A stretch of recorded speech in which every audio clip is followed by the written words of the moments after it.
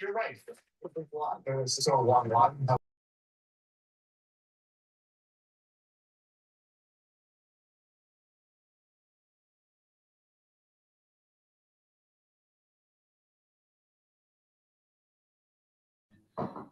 Ladies and gentlemen, we are going to get started here in a minute. We are live on Zoom. We are live on YouTube. We're going to be live on Facebook in a moment, and we will get going. So buckle up.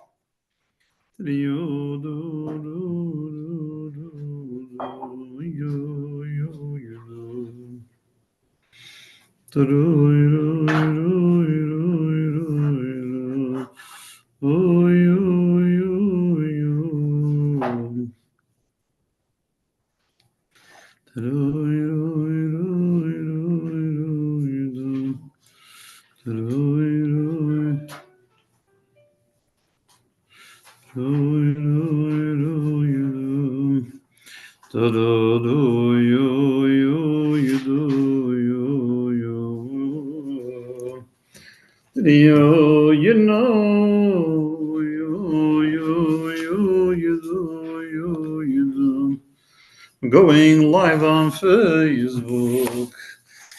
You gonna be here all week? Why? Boom.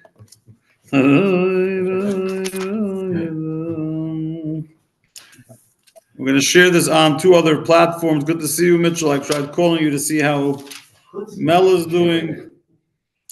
And we're going to start today when we get to page 396.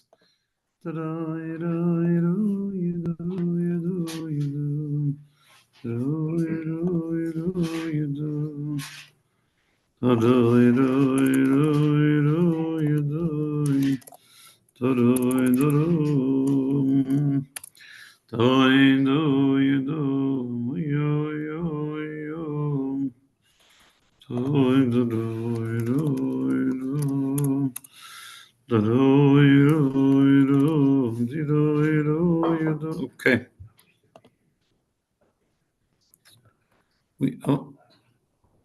It went well, Baruch Hashem. That's good to hear. Okay, I'll have to share it on the other Facebook platforms later because I'm using a different computer. In the meantime, it's good to see everyone, and we are going to get started. If you have the live chumash that we use every week here at the shul, then open up page 396. Let me just open my other books here, and we will get rolling. Some goody stuff going on in this week's parsha.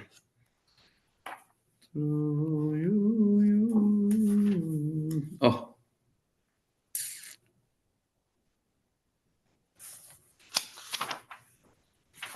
So there's a couple of layers. Let's just pull it up with Gimel Ches.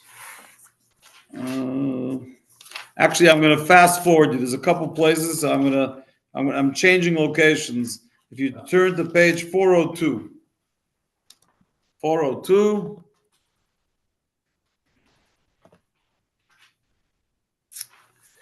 We are in the third portion in the book of Exodus, in the book of Shmois, the portion of Bo, or as we grew up calling it Boy.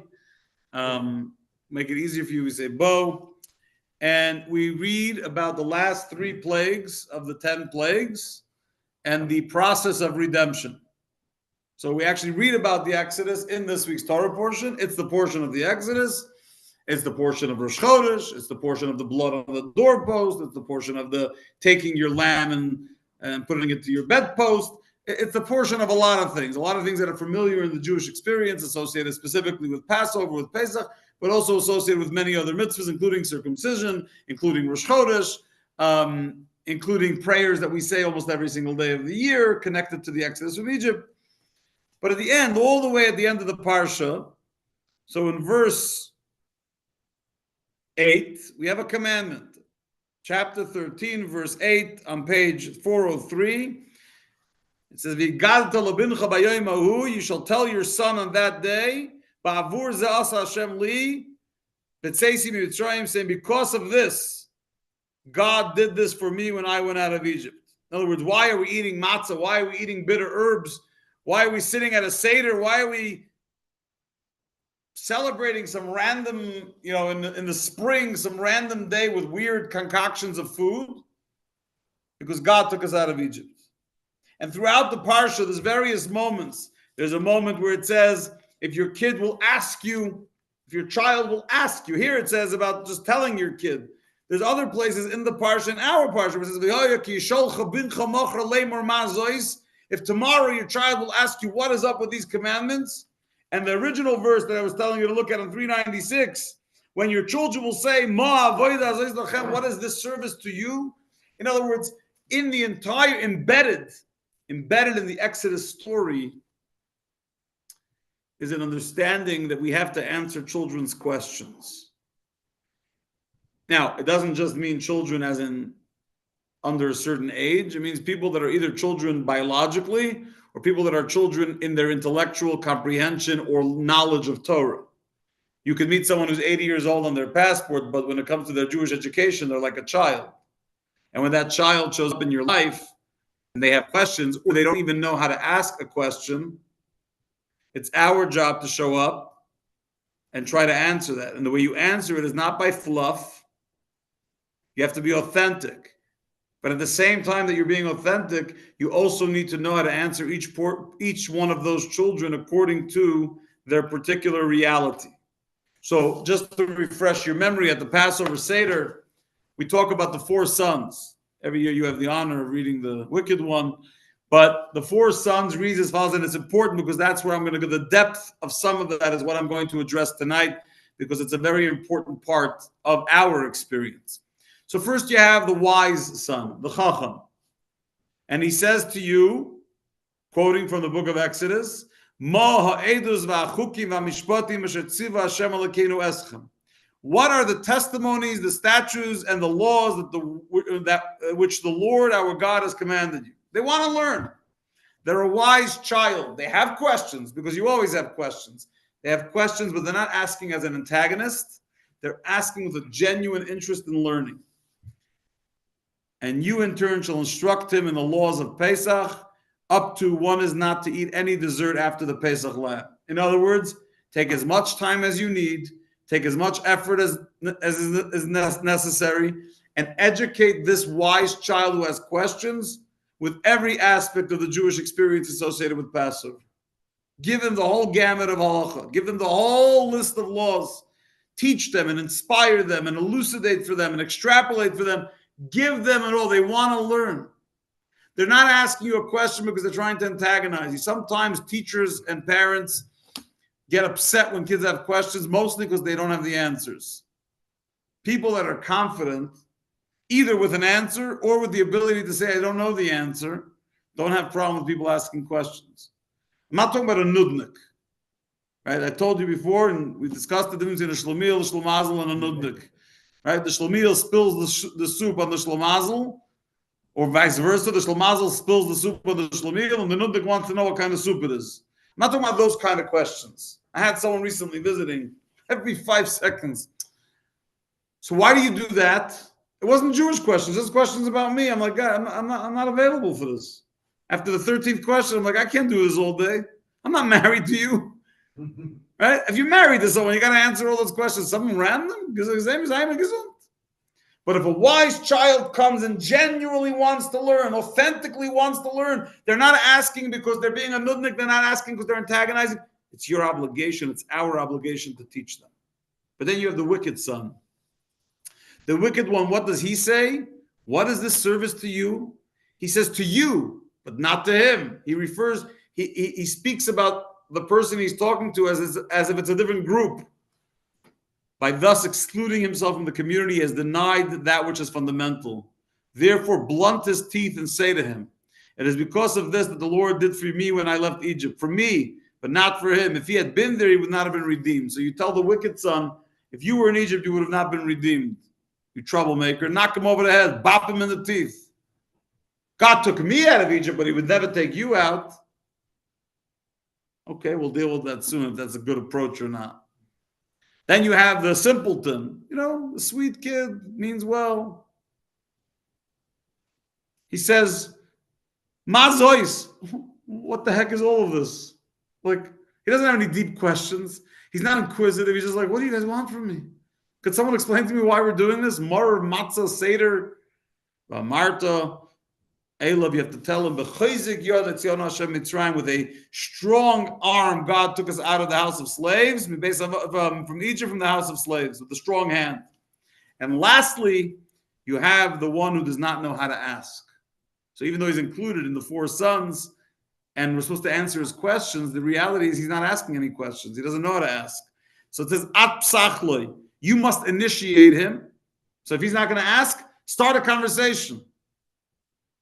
And say, as it says, you shall tell your child on that day, it is because of this that the Lord did for me when I left Egypt. In other words, you're literally saying the same verse, right? I just want to confirm, the same verse we tell the wicked son is the verse we tell the ignorant son.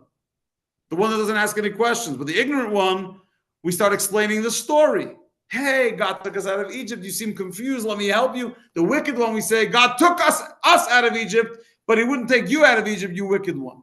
And that's an important, interesting point, that we use the same verse to answer the wicked and the ignorant. Now, we need to tackle this from a deep Hasidic approach, and it's coming from 3 different talks from the Rebbe over the years that I found to be very, very intriguing and interesting, and I think important in today's realm of education.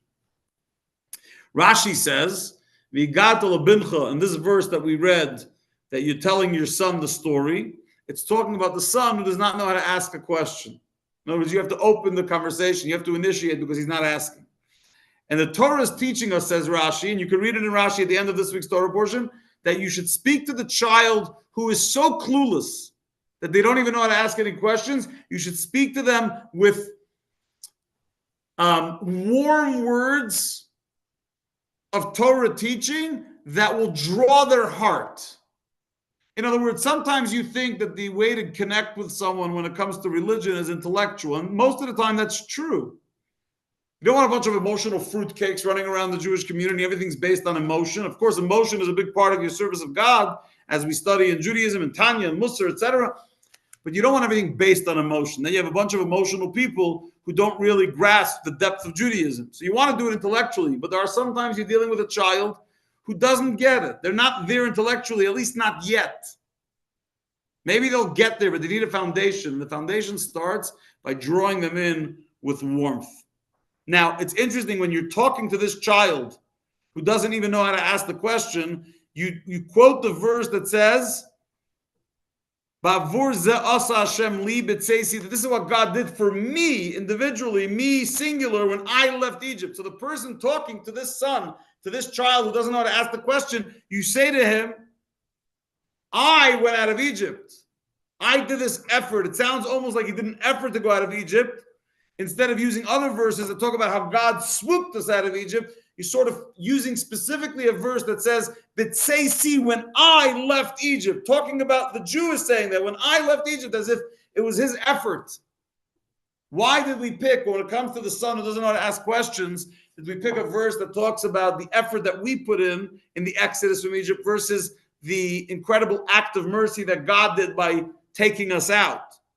So if you look, for example, in verse 13, which is just right after verse 8 that we read, so on page 404, it says, hold on, let me find it. It's 14, I think. Verse 14. It says, it will come to pass that if your son asks you in the future, saying, what is this? You say to him, with a mighty hand, God took us out of Egypt. Compare it to the verse we read in verse 8, where it says, you shall tell your son on that day, because of this, God this did for me when I went out of Egypt. When I went out of Egypt versus when God took me out of Egypt. Why, when you're talking to the child who doesn't even know what to ask, are we emphasizing that we did the effort of going out of Egypt versus God taking us out of Egypt? And the Rebbe explains it as follows. Who are you talking to? You're talking to a sensitive child. A sensitive child who doesn't yet have this emotional connection with doing mitzvahs. It could even be, says the Rebbe, that the person is actually doing the mitzvahs, and maybe even they're perfect in doing the mitzvahs, meaning they're beautifying the mitzvah, but they're doing it out of rote. They grew up that way. That's what they do. You know how you meet some kids and they go, yes, sir, ma'am. They speak beautifully like that because that's how they were trained. There are many Jewish kids that do mitzvahs because that's how they grew up.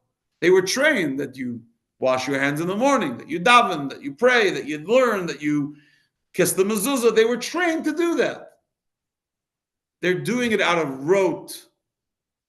They're not necessarily curious. They lack the curiosity. They're sensitive people. They're good people. But they lack the curiosity. That's what they lack, the curiosity to go a little deeper. Tell me why. Right? Because if they were looking for curiously, they'd probably end up in the realm with the wise son.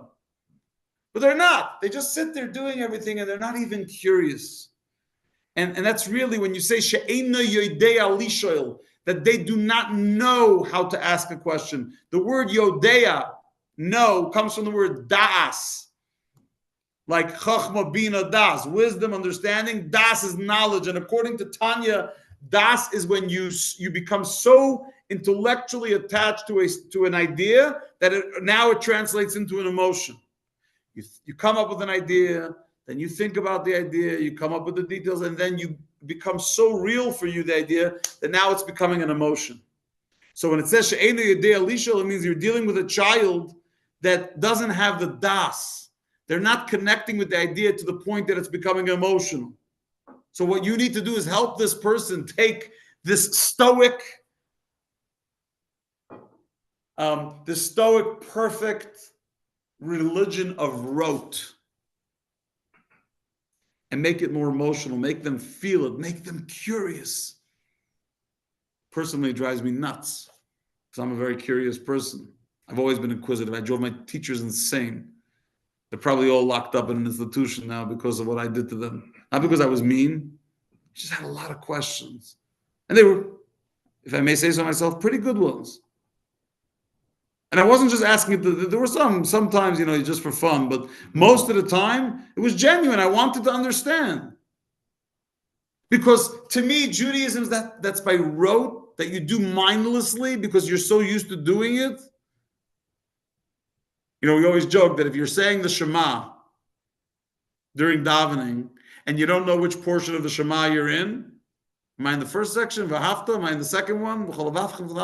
You're saying it by heart from so many times that you've been saying it that you don't even know which section you're in. That tells you that you're doing it like a machine. There's no heart involved. So when you're talking to such a child and you're trying to engage them and make them curious and make them inquisitive and make them ask questions and make them excited and make them passionate and make them want to know the deeper meaning of everything they're already doing. And they're so good. They're sensitive. They're spiritual. But could you imagine the combination of spirituality and emotion? Where now you feel for it? So when we talk to that child, we use specifically the verse that says, God did this for me when I went out of Egypt. We're trying to tell them that they too can leave Egypt.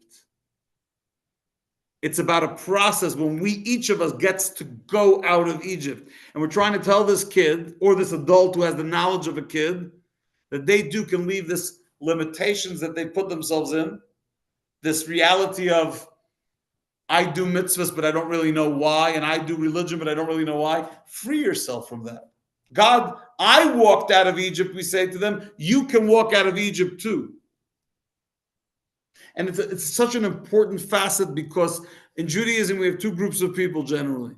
You have people that get super excited and passionate about Judaism, and they're all gung-ho, and they're racking and rolling, and they're shaking and davening. They're not spending enough time intellectually stimulated by the intellect of Torah, which is what we're meant to do. Then you have the intellectuals, the cold fish. Everything's intellectual. There's no emotion. And generally, societies historically have been divided.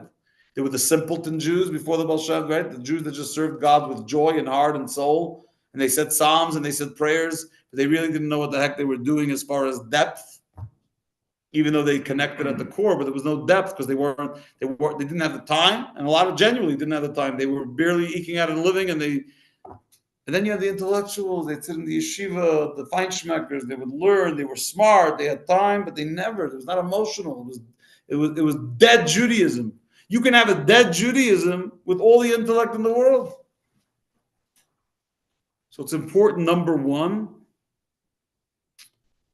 to make that connection. In other words, to recognize that there's an importance of lifting up the person that's doing Judaism by rote and giving them the gift of curiosity that brings to an emotional connection, that brings to an excitement.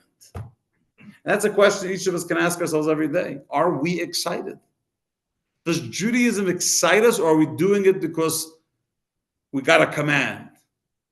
Are you excited? And if you're not, you better start getting excited, not by force. No one can force you to be excited. It has to come from within.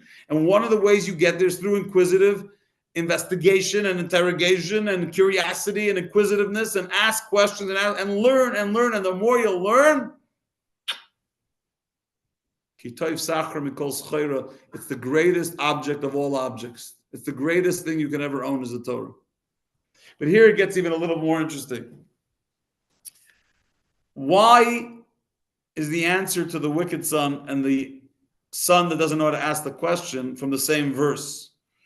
Right? So Rashi says that it's a hint to the wicked son that had you been there in Egypt, you would have not, right? Like we say in the Haggadah, you would have not been redeemed. And the truth is, when you meet a Jew who's wicked, and that's an important point. And so point number one is you should always be curious so you can have emotion. Point number two is that when you meet a Jew who seems to be behaving wickedly, you need to know, because it's interconnected with the son who doesn't know how to ask, it's a reminder to you that if someone's behaving in a wicked way, it's because they didn't realize that there was an opportunity to ask. Meaning somebody along the way, or maybe themselves, quashed the ability to do more research and to express their curiosity. If a child comes and says, "Hey, Rabbi," or "Hey, Dad," or "Hey, Mom," or to whatever, "Hey, Rabbi so-and-so, their teacher in school," or "Hey, Mrs. so-and-so, their teacher in school, I have a question. When Moses came down the mountain and he broke the tablets, who picked up the shards of the tablets from the floor and where was it put?" Most teachers don't know the answer. So what do? "Binyamin so-and-so, stop interrupting my classroom." They shut it down. At that moment, you destroyed a child. They weren't picking on you. They weren't a troublemaker with a whoopee cushion under the teacher's chair. They were a genuine kid who was curious. You just told me that Moses broke the tablets. Do you mind telling me? Did they sweep it up? Did they collect it? Where did they put it? And had the teacher done, the teacher could have said, "Binyamin, that's an amazing question.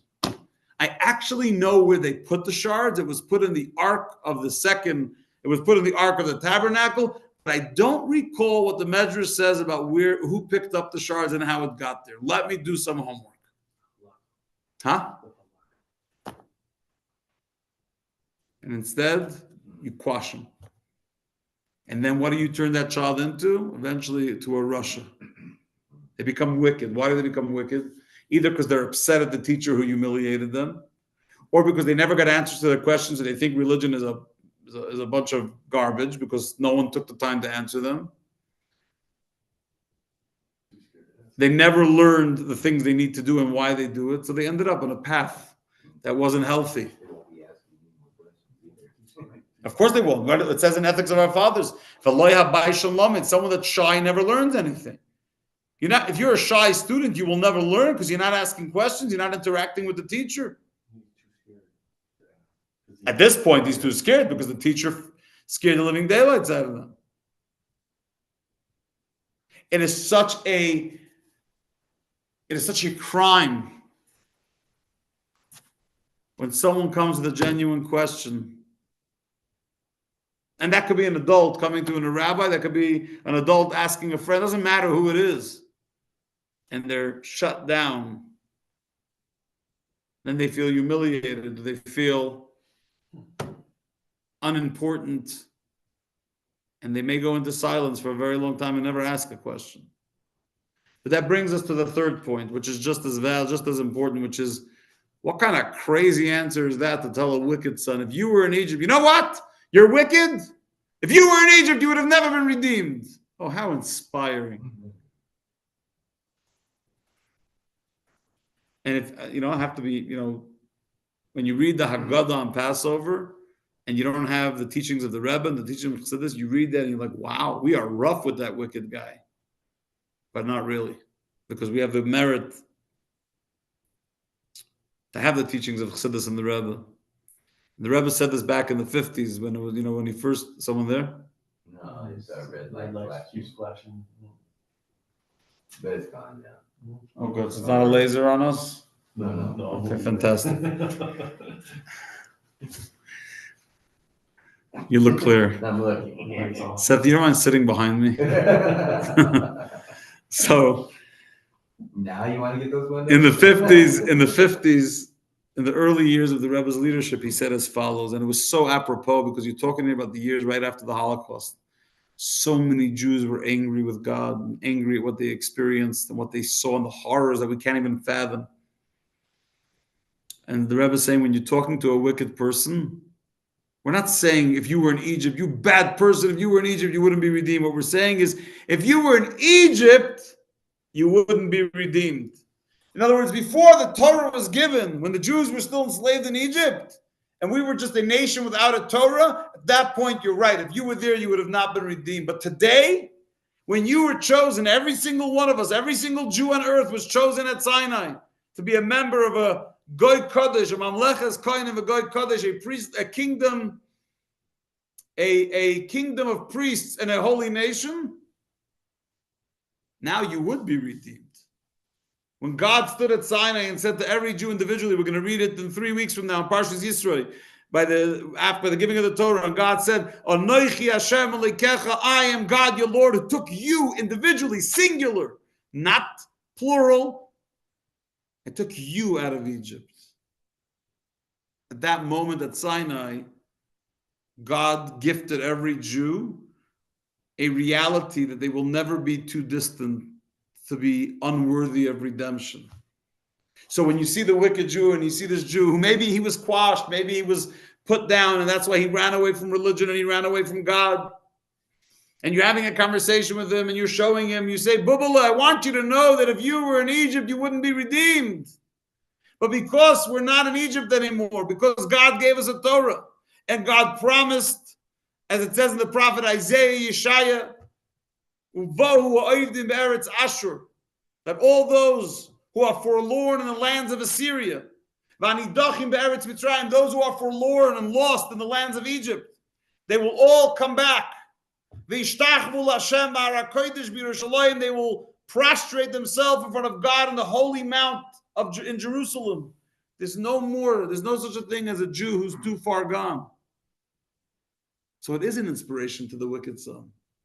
The message to the wicked Jew, the message to the assimilated Jew, the message to the Jew who thinks they're not worthy of being part of the Jewish nation is Bubala. Whether you like it or not, whether you recognize it or not, you are forever connected and one with the Jewish people because your soul was at Sinai too.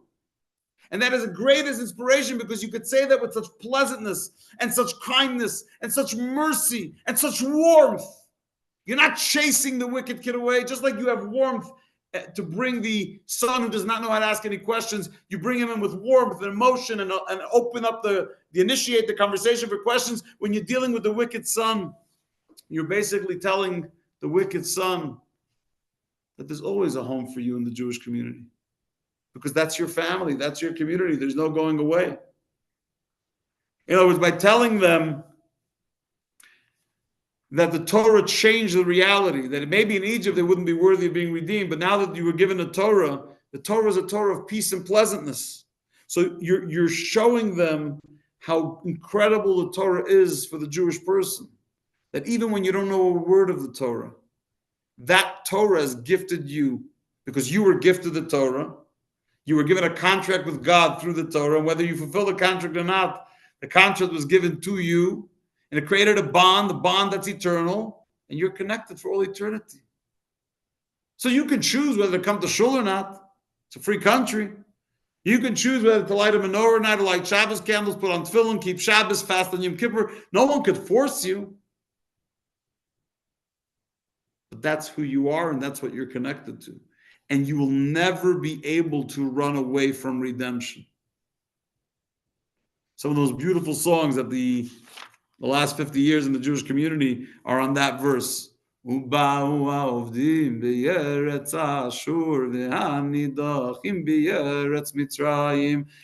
forlorn will come from Assyria, from Egypt. They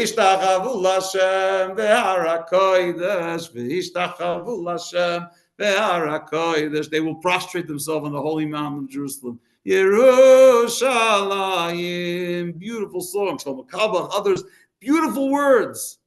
When I was growing up, he's still around, he's still a singer. He must be in his mid-60s, maybe, probably mid-60s. His name is Avram Fried. And he would sing, there was a song he made when I was a kid. It was, "No Jew will be left behind." It was based on this teaching. No Jew will be left behind. That's the message to the wicked son. You can try, you can eat pork, you can have a cheeseburger, you're going to try so hard to run away from God. Not only will your Chabad rabbi hunt you down, and we will find you. We'll find you in Haver, and we'll find you in Lewistown, we'll find you in Grass Range, we'll find you in Prey, you can hide in West Yellowstone. We are going to find you. That shouldn't threaten you. It should make you happy. But when we find you, what we're going to remind you is that we know that the reason you're living a life of wickedness is not by choice. Circumstances of your life, of your upbringing, of who quashed you, who didn't educate you, who gave you a horrific experience of religion, and for whatever reason you are where you are. But we're here to tell you great news, that you will be redeemed, because God wants you redeemed, because God will always want you eternally to be part of his nation, because that's what he chose at Sinai, and we are not in Egypt anymore. In Egypt, we have left you to die with the Egyptians over there in the darkness and the plague of darkness, and sayonara. But that mentality of the Jewish people doesn't need that guy. I see sometimes on X, on Twitter, people saying, the Jewish people will be fine without that one or without that one because they don't have the right stance on Israel. And by the way, I vehemently disagree with these people's opinions. I think it's horrific. I think they're self-hating. They're still Jews. And if you're Jewish, no one will be left behind. And so, in the language we choose to speak with the people that we interact with in today's world. I was learning this morning with my chavrus.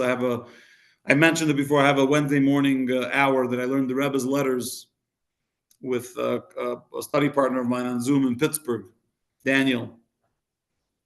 And the letter we were reading from 1957. And the Rebbe's writing to this young man. I did a little research. He was 20 years old at the time. And he was very active in Jewish activism and educating Jews. And the Rebbe must have caught on to his style.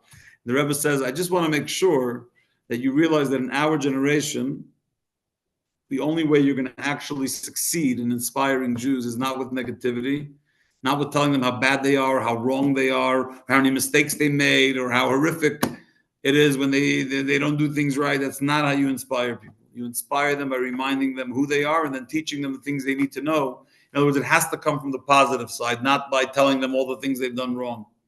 And as a father of 5, I can tell you unequivocally, of course, there are moments you don't want your kid to end up in danger. So you say, hey, don't run in the street.